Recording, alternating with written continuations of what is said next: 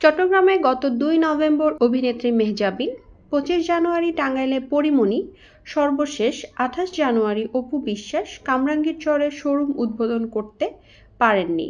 জয়পুরহাট ও দিনাজপুরে নারী ফুটবল দলের খেলা হামলা করে বন্ধের ঘটনা ঘটেছে।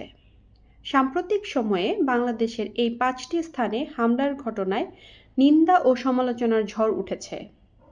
বিশ্ব সুফি সংস্থা বলছে, গত ৬ মাসে দেশের বিভিন্ন অঞ্চলে ৮০টির বেশি মাজার ও দরবারে হামলা ও অগ্নিসংযোগ হয়েছে।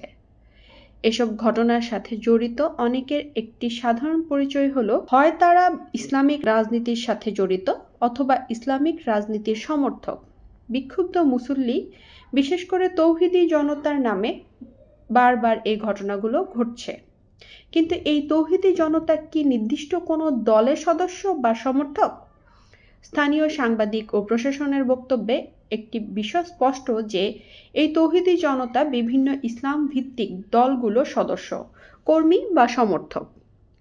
জয়পুরহাট জেলার আক্কেলপুর উপজেলায় বুধবার নারীদের ফুটবল ম্যাচ হওয়ার কথা ছিল, কিন্তু সেই খেলা বন্ধ করতে তার আগের দিন মঙ্গলবার বিকেলে এলাকার বিক্ষুব্ধ মুসল্লিরা জড়ো হয়ে মাঠের চারপাশে টিনের বেড়া ভাঙচুর করে। একই দিনে দিনাজপুরের হাকিমপুরের হিলিতেও নারী ফুটবল ম্যাচ বন্ধ করাকে কেন্দ্র করে তৌহিদি জনতা ও আয়োজকদের মাঝে সংঘর্ষ হয়েছে। বুধবার ঢাকার কামরাঙ্গীরচরে একটি রেস্টুরেন্ট উদ্বোধনের কথা ছিল চিত্রনায়িকা অপু বিশ্বাসের। রেস্টুরেন্ট কর্তৃপক্ষ প্রচারণা শুরু করলে মুসল্লিরা আপত্তি জানান। সাম্প্রতিক সময়ে উল্লেখযোগ্য ঘটনার আরেকটি হলো, হেফাজতে ইসলামের হুমকির মুখে টাঙ্গাইলের কালিহাতী উপজেলায় একটি প্রসাধন কোম্পানির বিক্রয় কেন্দ্র উদ্বোধনের অনুষ্ঠান স্থগিতের ঘোষণা। সেটি উদ্বোধন করার কথা ছিল অভিনেত্রী পরীমনির। এর ২ মাস আগে, অর্থাৎ গত বছরের ২ নভেম্বরের প্রথম সপ্তাহে চট্টগ্রামের শোরুম উদ্বোধন করতে গিয়ে একই ঢঙে তৌহিদি জনতার বাধার মুখে পড়েছিলেন অভিনেত্রী মেহজাবিন চৌধুরী। এসবের বাইরেও দেশে নানা ধরনের মবের ঘটনা ঘটছে। যেমন, ক্ষমতার পট পরিবর্তনের পর গত ৬ মাসে দেশের বিভিন্ন অঞ্চলে ৮০টির বেশি মাজার ও দরবারে হামলা, ভাঙচুর, লুটপাট ও অগ্নিসংযোগ করা হয়েছে। বেশ কিছু বাউল সংগীতের অনুষ্ঠান বাধার মুখে বন্ধ করতে হয়েছে। বাউল শিল্পীরা রাস্তায় নেমে প্রতিবাদ জানিয়েছেন।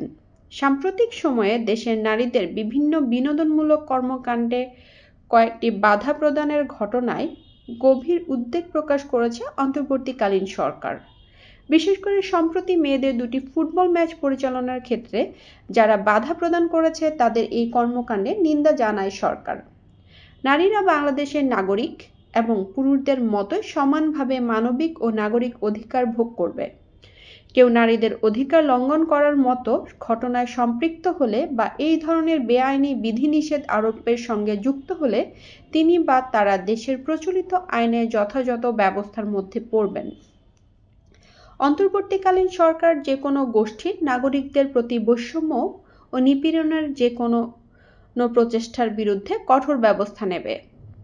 প্রধান উপদেষ্টার কার্যালয় ইতোমধ্যে দিনাজপুর এবং জয়পুরহাট জেলা প্রশাসনকে স্থগিত ফুটবল ম্যাচ পুনরায় চালু করার জন্য প্রয়োজনীয় পদক্ষেপ নেয়ার নির্দেশ দিয়েছে। বৃহস্পতিবার ওই বিবৃতিতে বলা হয়, প্রফেসর ইউনূস আজীবন নারী অধিকারের পক্ষের একজন। তার প্রতিষ্ঠিত গ্রামীণ ব্যাংকের ৯০% বেশি মালিকানা ছিল নারীদের।